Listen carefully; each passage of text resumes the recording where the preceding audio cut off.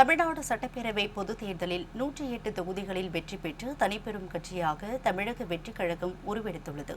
முதல் தேர்தலிலேயே வெற்றி பெற்று அங்கீகரிக்கப்பட்ட கட்சியாக தமிழக வெற்றிக் கழகம் உருவெடுத்துள்ளது. இதுகுறித்து நமது செய்தியாளர் சிவராமன் வழங்க கேட்கலாம். சிவராமன், வணக்கம்.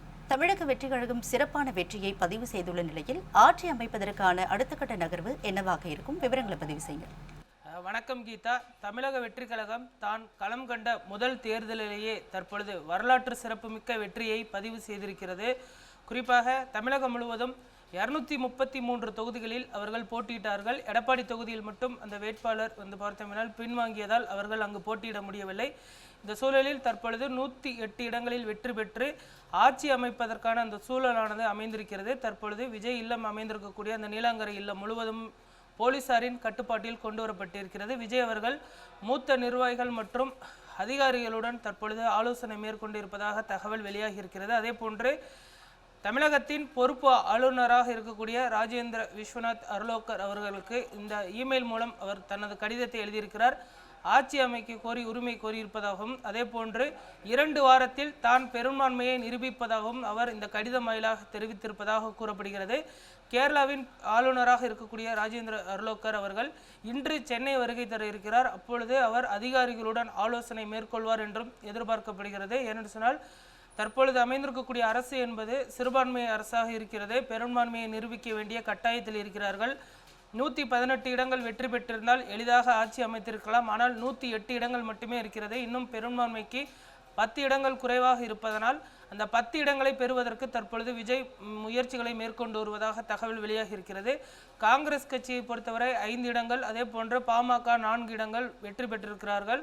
விடுதலை சிறுத்தைகள், கம்யூனிஸ்ட் கட்சிகள் தலா 2 இடங்களில் வெற்றி பெற்றிருக்கக்கூடிய நிலையில் சிறிய கட்சிகளின் ஆதரவை பெறுவதற்கு தற்பொழுது விஜய் அவர்கள் முனைப்பு காட்டி வருவதாக சொல்லப்படுகிறது. ஆனால் திமுக கூட்டணியில் அங்கம் வகிக்கக்கூடிய கம்யூனிஸ்ட் மற்றும் விசிக, காங்கிரஸ் உள்ளிட்ட கட்சிகள் என்ன முடிவை எடுக்கப் போகிறார்கள் என்பதனை பார்த்தோம்னால் பொறுத்திருந்தான் பார்க்க வேண்டும். ஆனால் காங்கிரஸ் கட்சியை பொறுத்தவரை அவர்கள் தவேகாவிற்கு ஆதரவு தருவார்கள் என எதிர்பார்க்கப்படுகிறது.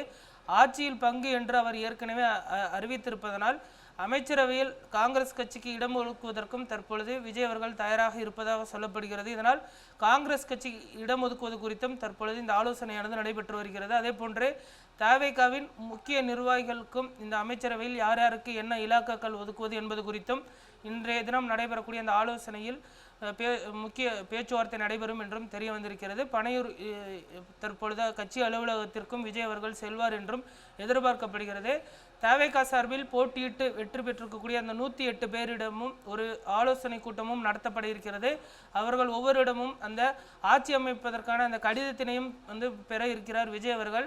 ஏனென்று சொன்னால் 108 பேரும் ஒருமித்த கருத்துடன் இருக்க வேண்டும். அவர்கள் தார்மீக ஆதரவை விஜய் அவர்களுக்கு அளிக்க வேண்டும் என்றும் எதிர்பார்க்கப்படுகிறது. ஒருவேளை அவர்கள் வரக்கூடிய காலங்களில் எந்த ஒரு முடிவையும் எடுத்துவிடக்கூடாது. ஏனென்று சொன்னால் எடப்பாடி தொகுதியில் போட்டியிட்ட தவேகா வேட்பாளர் கடைசி நேரத்தில் பின்வாங்கியதால் மிகப்பெரிய சிக்கல் எழுந்தது. இந்த சூழலில் தற்பொழுது ஆட்சி அமைப்பது என்பது ஒரு சிக்கலான காரியமாக அமைந்திருக்கக்கூடிய சூழலில் 108 பேரும் ஒரே முடிவுடன் ஒரே மனதுடன் இருந்தால் மட்டுமே ஆட்சி என்பது நிலையானதாக இருக்கும். எப்பொழுது வேண்டுமானாலும் இந்த ஆட்சியில் பார்த்தோம்னால் நம்பிக்கை கோரக்கூடிய தீர்மானத்தை கொண்டு வரக்கூடிய வாய்ப்பு என்பது இருக்கிறது. ஆனால் அதற்கு திமுக மற்றும் அதிமுக இணைந்து செயல்பட வேண்டும்.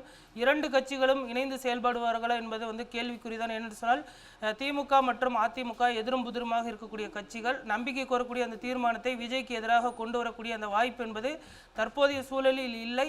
விஜய் அவர்கள் அடுத்து வரக்கூடிய 5 ஆண்டுகளை முழுமையாக நிறைவு செய்வார் என்றும் எதிர்பார்க்கப்படுகிறது. ஒருவேளை அதற்கு ஏதேனும் சிக்கல் எழுந்தால் மட்டுமே திமுக அதிமுக இணைந்து செயலாற்றும்.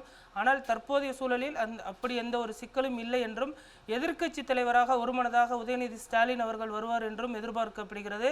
அதே போன்று விஜய் அவர்கள் முதல்வராக பதவியேற்கக்கூடிய அந்த நிகழ்வு இன்னும் ஒரு சில தினங்களில் நடைபெறும் என்றும் எதிர்பார்க்கப்படுகிறது.